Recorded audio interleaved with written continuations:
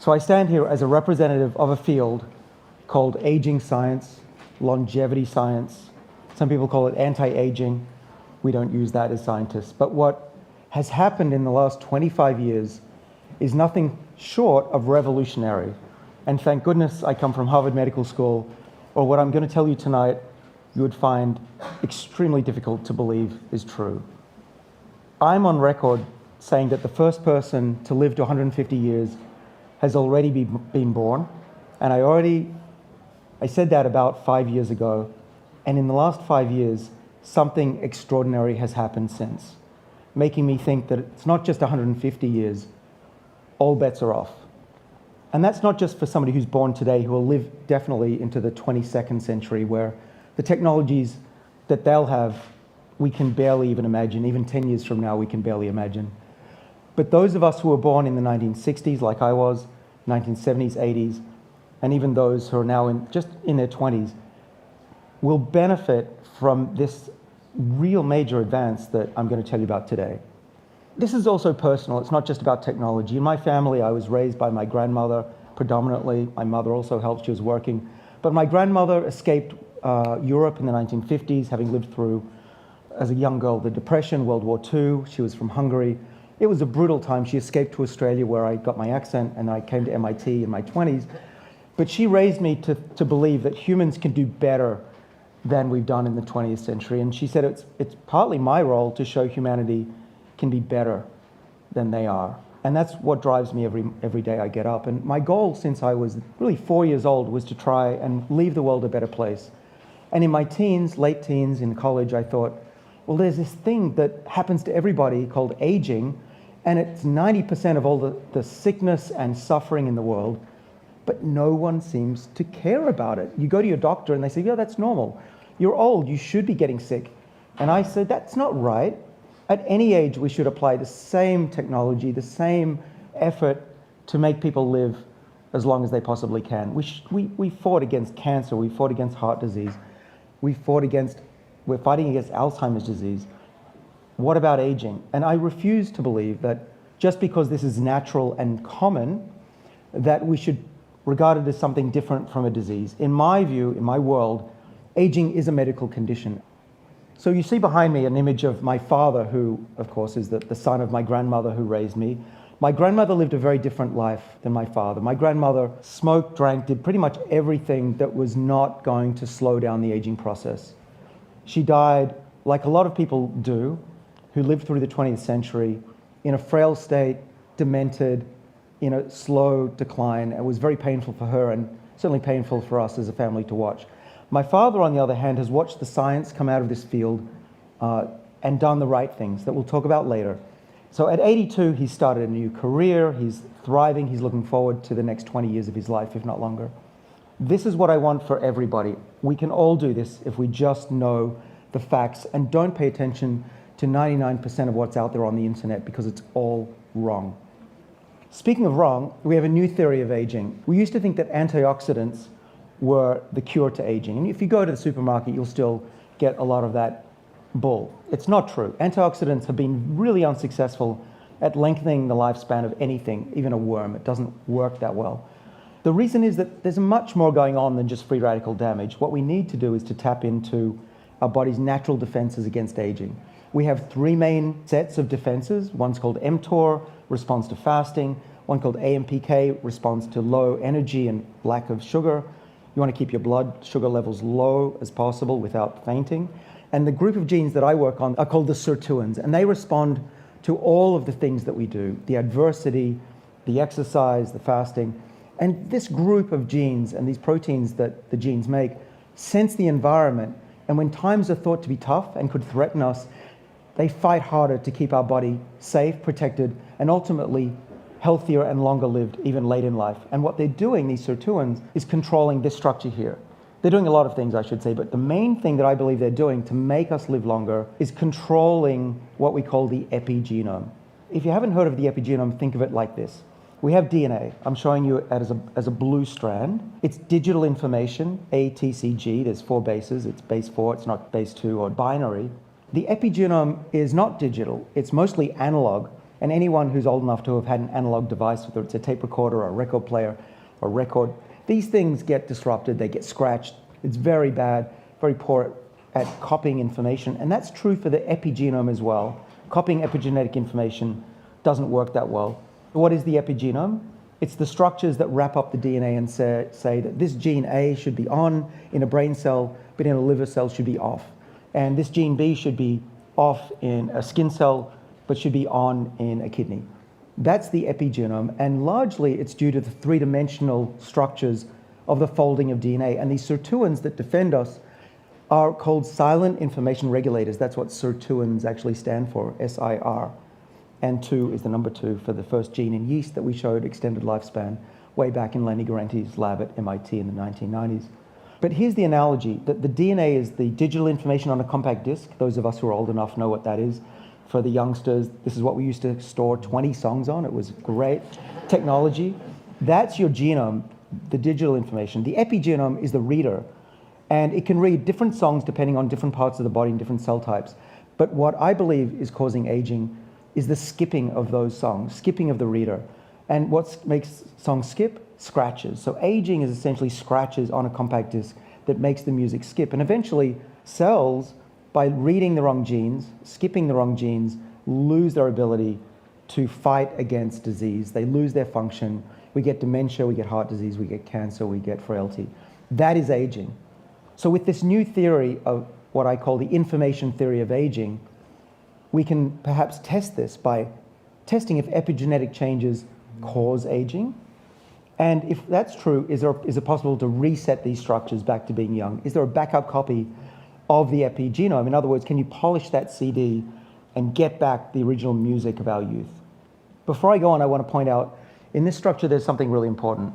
It's not just the proteins that wrap up the DNA, but the modifications that are on the DNA itself. Chemical additions called methyls.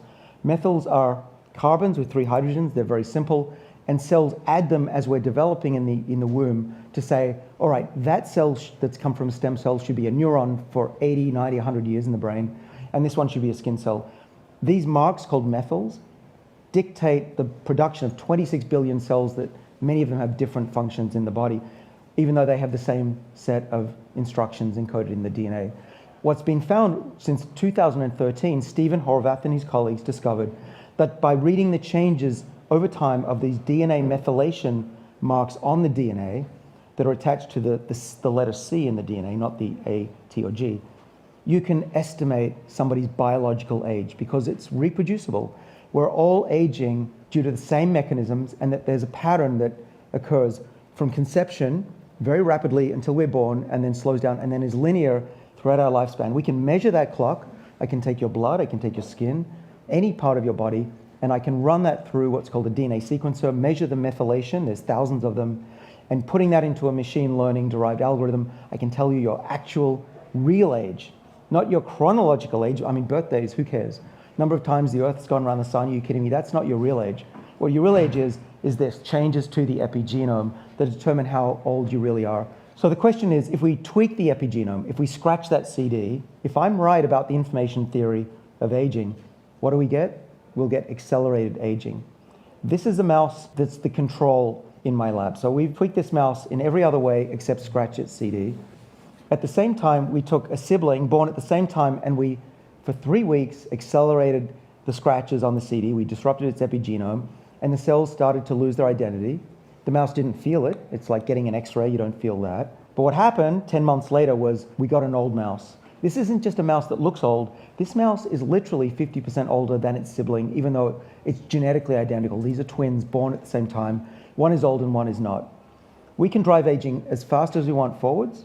Then the question is, if you can give something, can you take it away? And if I'm right, the answer is yes.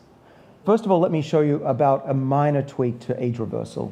We found these sirtuins can defend against aging, but they can also reverse aspects. If we activate them, either giving them molecules from the plant world that plants produce when they want to slow down their aging process and survive, we call these xenohermetins. We have drugs that have been in development. We have more that are coming. We have one in particular that's of interest, and it's called an NAD booster. NAD is a fuel for the sirtuins, whereas Veratrol is the accelerator pedal. So giving the fuel to these mice, I'll show you what happens. One of these mice has been on the sirtuin activating molecule called NMN, nicotinamide mononucleotide. And hopefully you can guess which of these mice has been rejuvenated from an old state. These are really old mice. They're almost 2 years of age, and only one of them has been drinking NMN in the water. And if you pick the mouse on the right, you'd be wrong. It's the mouse on the left, obviously, and we have published in the journal Cell in 2018 that this is possible to rejuvenate the cardiovascular system of mice and make it younger through the sirtuins. And we know it's working through the sirtuins because if we delete those genes, you don't get this effect on these mice here. But that was just the beginning. That's 2018. We're now in a world where our technology makes this pale by comparison. We now have the ability to reset the age of an entire animal, leading to one day being able to reset the entire age of our bodies. What did we do? We really stood on the shoulders of a scientist, Shinya Yamanaka, who won the Nobel Prize in 2016 for discovering a set of embryonic genes that could take an adult cell, a skin cell from any of you, and turn it into a pluripotent stem cell that could be made into any other type of tissue. And we can do that in the lab. High school students can do this by putting in the 6 Yamanaka genes. Now, we found that if you put in a subset of 3 of them, OCT4, SOX2, and KLF4, short for OSK, we could take the age of the body of a mouse backwards, but not so far that it would become a stem cell or a tumor. This was published in December 2020. It made the cover of Nature magazine, and the title on the magazine was Turning Back Time. This is one of the pieces of data from that paper. We did 3 things. The first was to damage an optic nerve in a mouse, and you can see on the top image that the crushed nerve is dying. That orange stain should extend all the way to the brain on the left. But in the reprogrammed eye, where we injected those 3 genes and turned them on for 3 weeks, we could make those neurons grow back. We measured those neurons, and they were literally half the age that they were 3 weeks ago. And young nerves, as you might know, grow back. Adult nerves do not. So this was the first indication that we were on the right track. We also could see that those structures, that epigenome, those scratches on the CD, they went away. We can also grow human tissue in the lab. We don't know yet if this works in humans, but we can model it in the dish. These are human pluripotent stem cells that have been engineered into little mini brains. On the left of this image, you can see these are little organoids. These are quite similar to human brains. They have electrical activity. And on the right is the electrodes that we put the brains on. We can measure that. We think they dream, they have thoughts, and we can also age them using our technology of disrupting the epigenome. And now we've shown that if you reset the age of those little brains, they get their ability to think again. The electrical activity comes back. Does this mean one day if we reverse the age of the brain, you'll get your memory back? Possibly. We've done this now in mice. Old mice, we can rejuvenate their brain, take their brains back to half their age, and they get their ability to learn again. So you might say, well, this sounds great, but how long is this going to be before we have it? And my hope is that we're at a turning point in human history, as important as flight and Silicon Valley and energy and crypto. The 22nd century is going to be about biology and the ability to control your age and the rate of aging and slow down not just body aging and heart aging, but even brain aging with these tools and age reversal tools that are just coming along will radically change the arc of our lives in a way that we can barely even imagine. And when we can reset our age by a couple of years, which has now been published, that's been done by Greg Fahey and colleagues, if we do that every year, even just set your age back 1 year every year, what happens, right? Things then get really interesting. And that's the world that we have to stay alive to be able to witness. And if we all do the right things, we will witness that. Thank you very much.